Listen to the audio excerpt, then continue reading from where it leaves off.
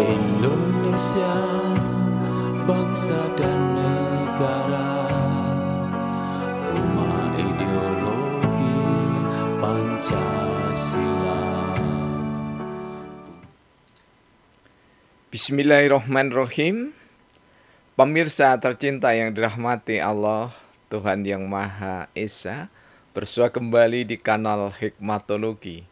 Monolog sederhana mengajak diri kita masing-masing berpikir kian melembut, cerdas, dewasakan hati nurani. Ditandai kian lama, kian saling mencintai sesama insani. Tanpa sekat, tentu saja, di bumi yang tercinta ini. Berdasar Pancasila bagi bangsa Indonesia, keniscayaan sehari-hari. Pemirsa, hari ini bertepatan dengan Isra Mi'raj Rasulullah Muhammad Sallallahu Alaihi Wasallam. Diabadikan salah satunya di dalam surah Al-Isra ayat pertama dan seterusnya. Namun kali ini kita tidak membahas detail kronologi perjalanan mukjizat yang tertinggi. Tentu saja bagi orang-orang mukminin, mukminat, muslimin, muslimat. Pemirsa, apa yang dapat kita petik pelajaran dari perintah menegakkan sholat 5 waktu, kemudian Rasulullah Muhammad Sallallahu Alaihi Wasallam sendiri menetapkan bagi dirinya bahwa salat witir itu adalah bagian dari fardu salat malam. Sedangkan umatnya, kita semuanya, sejak zaman para sahabat hingga yaumul akhir, bukan kewajiban, namun sunnah muakkad. Pemirsa, ketika kita berani mengangkat takbiratul ikram, Allahu Akbar, maka makna yang niscaya kita tangkap adalah kita melepas seluruh apapun yang ada dalam genggaman kita. Jika tangan disimbolkan sebagai kuasa, maka seberapapun amanah Allah yang dititipkan kepada diri kita masing-masing sesuai dengan kapabilitas atau kemampuan optimal kita, maka seluruhnya, apakah harta benda, tahta, kehormatan dalam bentuk apapun, niscaya ketika kita sholat dilepas. Karena sholat adalah mi'rajnya orang-orang mukmin. As-sholatu mi'rajul mu'minin. Sholat itu adalah pendakian mukminin dan mukminat untuk mempersembahkan sujud tulus ikhlas jiwa, raga, harta, benda, dan apapun yang dalam bahasa terbatas dimilikinya,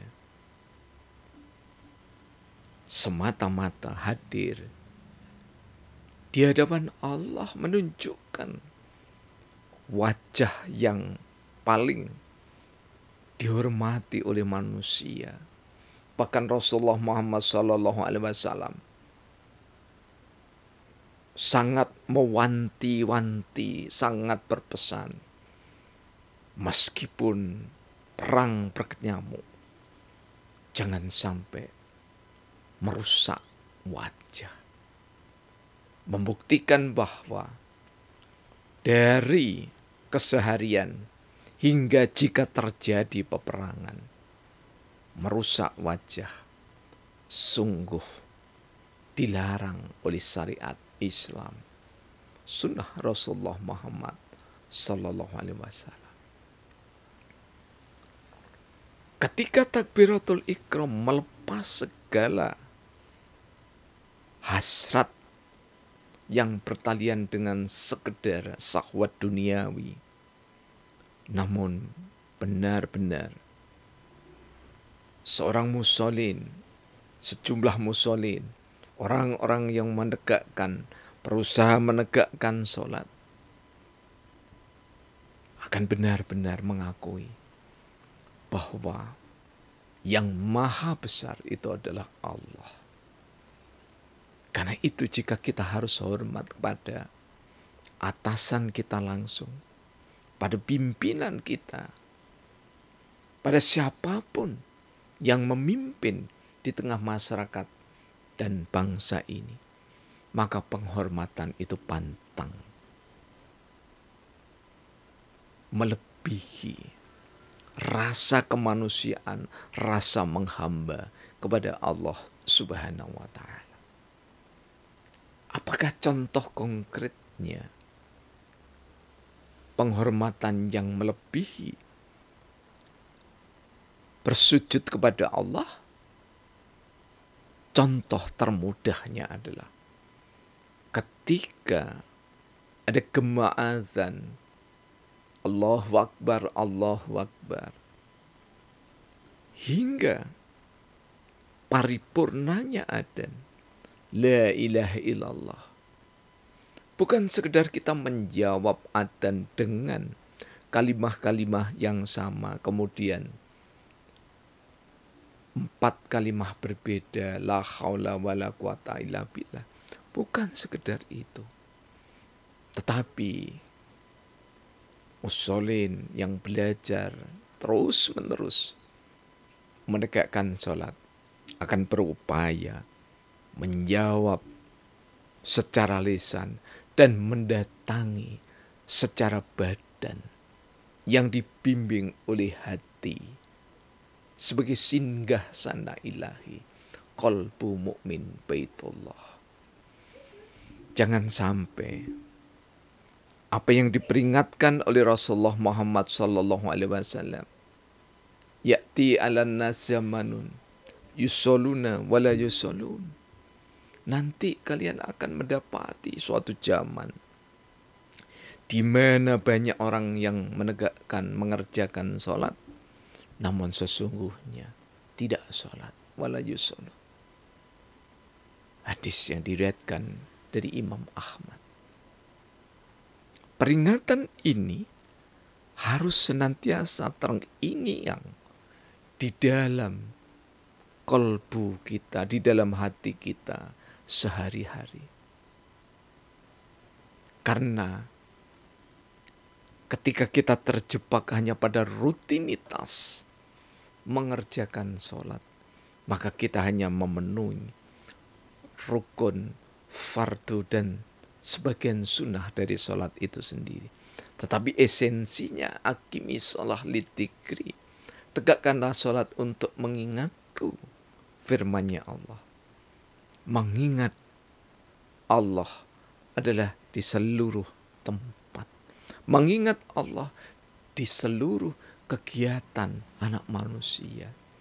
Karena itu sungguh indah ketika Islam mengajarkan ibadah hanya dibagi menjadi 2, mahdo dan ghairul mahdo.